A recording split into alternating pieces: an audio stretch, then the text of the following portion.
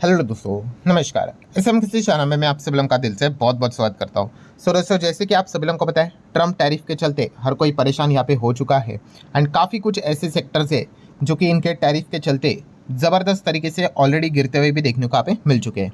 But yes, कुछ sectors ऐसे भी हैं जिनको ट्रम्प टैरिफ के चलते कोई खास यहाँ पे फ़र्क नहीं पड़ेगा। हाँ, छोटा मोटा आप इनडायरेक्टली फ़र्क यहाँ पे कह सकते हैं। वैसे तो दुनिया हर किसी से जुड़ी हुई है, तो वो तो इम्पैक्ट आता ही है। बट अगर डायरेक्ट इम्पैक्ट की बात करें तो ना के बराबर। सो कौन सा वो सेक्टर है? तो यस, वो है सेक्टर टूरिज्म। तो काफ़ी लोगों ने रिक्वेस्ट भी की थी, सर टूरिज्म के ऊपर वीडियो बना दीजिए। तो इसके ऊपर मैं ऑलरेडी वीडियोस यहाँ पे बना चुका हूँ। बट यहाँ पे हम लोग बात करने वाले एक उसी से रिलेटेड, मतलब जितना ज़्यादा टूरिज्म यहाँ पे बढ़ेगा उतना ही ज़्यादा ये पर्टिकुलर सेक्टर भी आपको और ज़्यादा बड़ा होते हुए देखने को यहाँ पे मिल सकता है। और वो सेक्टर कौन सा है दोस्तों? लगेज। यस दोस्तों, लगेज की बात कर ले, बैग्स की अगर हम लोग बात कर ले, ये जो हम लोगों को जो चीज़ें देखने को यहाँ पे मिल जाती है, ऑब्वियसली जब आप किधर भी बाहर घूमने जाते हो तो आपको ये जो बड़े बड़े बैग्स यहाँ पे होते हैं, या फिर आप ये भी कह सकते हो इस प्रकार के भी जो बैग्स आपको देखने को मिल जाती है, वही लोग लेकर जाते हुए देखने को यहाँ पे मिल जाते हैं। और ये भी जो इंडस्ट्री है दोस्तों, ये भी डिसेंट स्पीड के साथ हम लोग को ग्रो होते हुए देखने को यहाँ पे मिल रही है। सो बेसिकली इस इंडस्ट्री में दो बड़े प्लेयर्स हम लोग को देखने को यहाँ पे मिल जाते हैं। एंड अगर आप चाहो तो इन प्लेयर्स को क्या कर सकते हो? स्टडी कर सकते हो। ऑब्वियसली वीडियो सिर्फ एजुकेशनल इन्फॉर्मेशन पर्पस के हिसाब से, हम बिजनेस को हमेशा स्टडी यहाँ पे करते हैं, आप सभी लोगों को पता ही है। ठीक है, तो वही चीज़ें मैं आपके सामने रखने वाला हूँ। ये दो कंपनीज को आप स्टडी कर सकते हो। उसमें से जो दूसरी कंपनी है वो तो ऑलरेडी काफ़ी ज़्यादा अभी टफ टाइम से गुजर रही है, और जो नंबर वन कंपनी जो चल रही है, जो इस सेक्टर को अभी फिलहाल तो लीड कर रही है, रैंकिंग जो भी होती है वो मार्केट कैप के हिसाब से होती है, तो वो काफ़ी अच्छा परफॉर्मेंस दे रही है कंसिस्टेंसी के साथ। सो वो कौन सी कंपनियां हैं, सारी चीज़ों को अभी हम लोग यहाँ पे कवर करेंगे। तो चलो स्टार्ट करते हैं। जैसे कि आपको पता ही है, सेकंड नंबर की कंपनी को पहले कवर कर लेते हैं, जो कि थोड़ा स्ट्रगल यहाँ पे कर रही है। बट उससे पहले आप सभी लोगों को याद दिलाना चाहूंगा कि आज सुबह let's learn stock market and finance इस चैनल के ऊपर एक इंपॉर्टेंट लेक्चर अपलोड हुआ है। यस, काफी लोग शॉक भी होते हैं कि सर यहाँ पे ड्यूरिंग द मार्केट वीडियो यहाँ पे आ चुका है। तो ठीक है, वो कोई मार्केट से रिलेटेड चीज़ें यहाँ पे नहीं थी, बट ये वीडियो अगर आप चाहो तो देख सकते हो। लिंक मैंने ऊपर आई बटन पे दिया है। ठीक है, काफ़ी इंपॉर्टेंट वीडियो है, जरूर स्टडी कर लेना। एंड इसी प्रकार के और भी वीडियोज़ अभी आपको इस चैनल के ऊपर देखने को यहाँ पे मिलने वाले हैं। सो ठीक है दोस्तों, सेकंड नंबर की कंपनी के साथ यहाँ पे शुरू करते हैं, क्योंकि इस स्पेस में अगर देखा गया दो ही कंपनियां हैं लिस्टेड स्पेस के हिसाब से। तो जो पहली कंपनी दोस्तों वो है वीआईपी। यस, वीआईपी इंडस्ट्रीज की अगर हम लोग यहाँ पे बात करें, ठीक है, तो ये जो कंपनी है वो किस में काम करती है? तो वो काम यहाँ पे करती है manufacturing and marketing of luggage, bags, accessories. उसमें ये कंपनी हम लोग को काम करते हुए देखने को मिल जाती है। ठीक है, एंड अगर हम लोग इनके मार्केट शेयर की भी अगर बात कर ले, ठीक है, मार्केट शेयर बदलते रहता है। ठीक है, अलग अलग जो सोर्सेस है उनके हिसाब से वो कैलकुलेशन करके बताते हैं। तो आप रफली देख सकते हैं इनका मार्केट शेयर है वो 30 to 40% के बीच में हम लोग को देखने को यहाँ पे मिल जाता है, लगेज सेगमेंट की अगर हम लोग बात करें तो। एंड इसमें अच्छी बात कौन सी है? इंडिया, 96% बिजनेस इनका इंडिया में ही है। ठीक है, तो ट्रम्प कुछ भी करे यहाँ पे, इसका फर्क इनके ऊपर इतना कोई डायरेक्टली हम लोग को देखने को नहीं मिलता है। बैलेंस शीट की बात करें वीआईपी इंडस्ट्रीज की, तो रिजर्व्स आप देख सकते हो 600 करोड़ से 650 करोड़ से 587 करोड़। मतलब क्या है दोस्तों? रिजर्व्स कम होना। ठीक है, मतलब ऑब्वियसली रिजर्व्स कम होने के अलग अलग पॉइंट्स भी यहाँ पे होते हैं, काफ़ी सारे कॉर्पोरेट एक्शंस भी होते हैं। बट अगर आप आगे यहाँ पे देखोगे तो आपको समझ में आएगा कि इनके रिजर्व्स कम क्यों हुए हैं। नेक्स्ट अगर बात करें तो लॉन्ग टर्म बोरिंग, चलो अच्छी बात है, कर्जा जीरो है। कर्जा जीरो है मतलब ऐसा कभी नहीं होता है कि भाई डायरेक्टली जाके कोई भी कंपनी उठा लो। ऐसे तो आपको 100 से 200 से ज़्यादा कंपनीज मिल जाएगी जिनके कर्जे जीरो है। ठीक है, हाँ, ये एक एडवांटेज वाला पॉइंट है, जरूर आप ऐसा कह सकते हो। ठीक है, बट ये पॉइंट के चलते अगर आप शेयर्स पोर्टफोलियो में भरने लग गए तो फिर मतलब क्या ही बोले, इतनी कमजोर पड़ेगी। देन शॉर्ट टर्म बोरिंग कितना है? 415 करोड़। शॉर्ट टर्म मतलब एक साल के भीतर भीतर का कर्जा होता है। ठीक है, then cash and cash equivalent कितना है? 50 करोड़ के आसपास भी आप चाहो तो रफली राउंडेड बोल सकते हो। Then PNL, profit and loss की अगर बात कर ले तो आप यहाँ पे देख सकते हो पीएनएल स्टेटमेंट जो देखने को यहाँ पे मिल रहा है। तो पूरा इस साल के हिसाब से यहाँ पे मैंने रखा है, पिछले 10 साल का परफॉर्मेंस आप देख सकते हो, जहाँ पे आप देख सकते हो कि कंपनी का जो प्रॉफिट है 4 का ईपीएस, 3 का ईपीएस, 4.7, 6 का ईपीएस, 8 का ईपीएस, 10 का ईपीएस, 7, फिर माइनस में चले गए एक टाइम के लिए। ठीक है, माइनस में इसलिए आप देख सकते हो डिविडेंड भी जीरो ही रहेगा, प्रॉफिट ही नहीं तो डिविडेंड का आएगा। फिर 4 का ईपीएस, ऑलमोस्ट 10 का ईपीएस, फिर वापस ज़बरदस्त गिर गए 3 का ईपीएस। देन यहाँ पे आप देख सकते कंपनी वापस माइनस में चली गई। ठीक है, और जैसे कंपनी यहाँ पे माइनस मतलब लॉस में चली गई, इसलिए अभी जैसे मैंने आपको क्या बोला, कंपनी के रिजर्व्स क्यों नीचे आ गए, तो ये इसके पीछे का रीज़न होता है।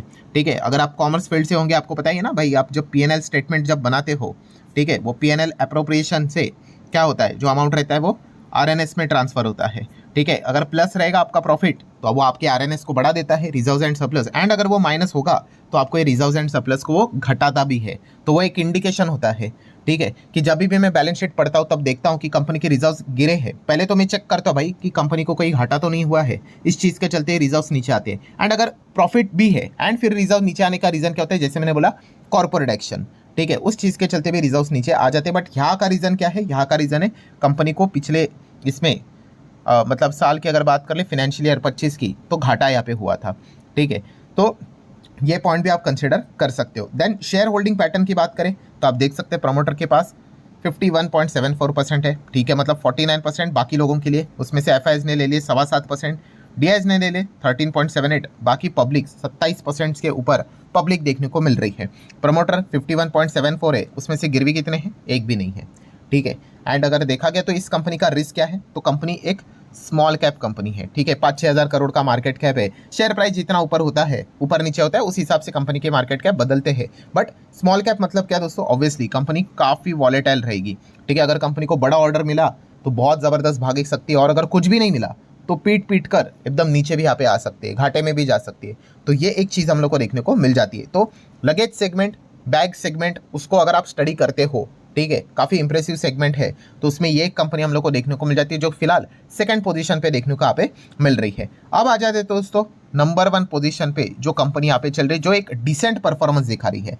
इस चैनल को जो लोग फॉलो करते होंगे, ठीक है, उनको ऑलरेडी इस कंपनी के बारे में पता है। ठीक है, अभी रिसेंटली कंपनी ने कॉर्पोरेट एक्शन भी यहाँ पे दिया था। कंपनी का नाम है सफारी इंडस्ट्रीज। यस, बहुत सारे लोगों के घर में यहाँ पे सफारी के बैग्स भी होंगे।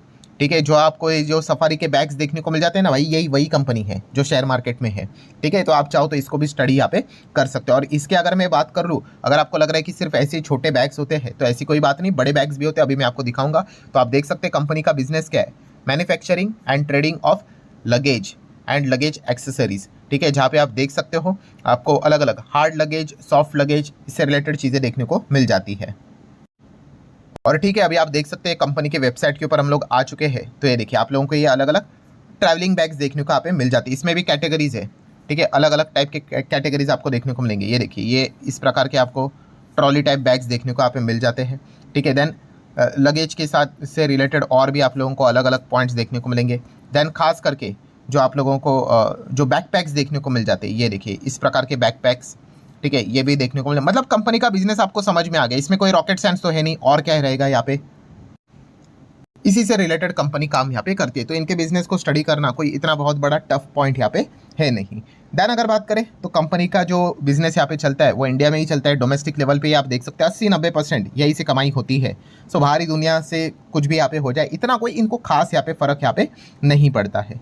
देन बैलेंस शीट की अगर हम लोग बात करें तो कंपनी का बैलेंस शीट आरएनएस देख सकते हो 420 करोड़, 813 करोड़, 943 करोड़। ठीक है, ये वाला जो साल था ये कंपनी के लिए काफ़ी कमाल का था। आप देख सकते हो आरएनएस कितना यहाँ पे बढ़ चुका है।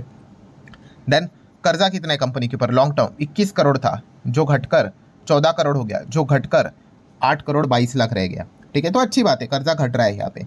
देन अगर हम लोग देखें लॉन्ग टर्म बोरिंग कितना है, 11.5 करोड़ के आसपास देखने को मिल रहा है। कैश एंड कैश इक्विवेलेंट कितना है, 225 करोड़ का कैश देखने को मिल रहा है। तो क्वाइट ठीक ठाक बैलेंस शीट हम लोग को देखने को यहाँ पे मिल रही है। पीएनएल स्टेटमेंट की बात कर ले, प्रॉफिट एंड लॉस की बात कर ले, तो पिछले 10 साल का डेटा आप यहाँ पे देख सकते हो, 14 से लेके 25 तक। तो आप चेक कर लो ईपीएस, ठीक है, पहले तो कुछ भी नहीं था, 1 का ईपीएस 1.87, 2.45, 4 का ईपीएस, 6 का ईपीएस 6.87, देन एक घाटा हो गया 4.67, देन 4, वो घाटा भी क्यों हो गया, तो आप देख सकते हो कौन सा साल है भाई, ठीक है, यस मार्च 20, मतलब कोविड आ गया ना भाई, तो कोविड के चलते भाई नेक्स्ट इसमें क्या टूरिज्म, क्या बैक, कौन घर से बाहर नहीं निकल रहे थे लोग। ठीक है, सो क्या ही मतलब कमाई होगी। ठीक है, तो आप धंधे को समझ गए दोस्तों, तो आपको समझ में आ जाएगी चीज़ें कैसे वर्क करती है। सो आप देख सकते हैं कंपनी मस्त 6 के आसपास ईपीएस लेकर चलती थी, सीधा माइनस में चली गई, कोई बात नहीं, उसके बाद सारी चीज़ें हटने लग गई, फिर 4.99, देन उसके बाद आप देख सकते हैं मार्च 23 में कंपनी ने तो एकदम ही सॉलिड तगड़ा परफॉर्मेंस दे दिया। ठीक है, मतलब कोविड में तो हालत माइनस में चली गई थी, वहाँ से जंप मार के कंपनी सीधा 26 के ईपीएस में, मतलब पहले कंपनी 20 करोड़ 30 करोड़ कमाती थी, सीधा यहाँ पे 125 करोड़, सेंचुरी लगा दी कंपनी ने, एकदम कमाल का परफॉर्मेंस दिखा दिया। कंपनी का रेवेन्यू भी देखिए 1200 करोड़, 1000 करोड़ 1200 करोड़ तक चला गया, जो कि 2-2 साल तक नहीं, इतना इनका अर्निंग नहीं देखने को मिलता था, मतलब रेवेन्यू के फॉर्म में। फिर उसके बाद उस अर्निंग को उन्होंने मेंटेन भी किया, जो कि आप यहाँ पे देख सकते हो 26, फिर 36, फिर थोड़ा नीचे आया 29 एंड अभी 30 के आसपास देखने को मिल सकता है। सो आप समझ रहे हो, ये भी एक छोटी कंपनी हम लोग को देखने को यहाँ पे मिल रही है, जो कि एक लगेज बैग सेगमेंट में काम करती है। शेयर होल्डिंग पैटर्न क्या है भाई कंपनी का, 45 promoter, FIS 13, DS 24.68 and public 16.86, मतलब well balance share holding pattern है। ठीक है, कोई कम नहीं कोई ज़्यादा नहीं। प्रमोटर, FIS, DS, पब्लिक सब कुछ यहाँ पे बहुत अच्छी तरीके से होल्डिंग लेकर यहाँ पे चल रहे हैं। प्रमोटर की होल्डिंग क्या कोई गिरवी है? नहीं, जीरो है।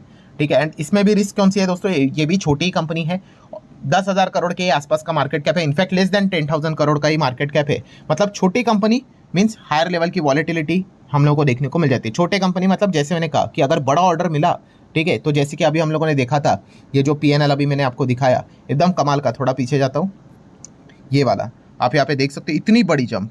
ठीक है, इसीलिए तो जैसे अभी मैंने आप लोगों को बताया, जो बैलेंस शीट मैंने आपको दिखाई थी, रिजर्व्स किधर चले गए, वो RNS यस, आप देख सकते हो 420 से सीधा कंपनी ने डबल कमा लिया।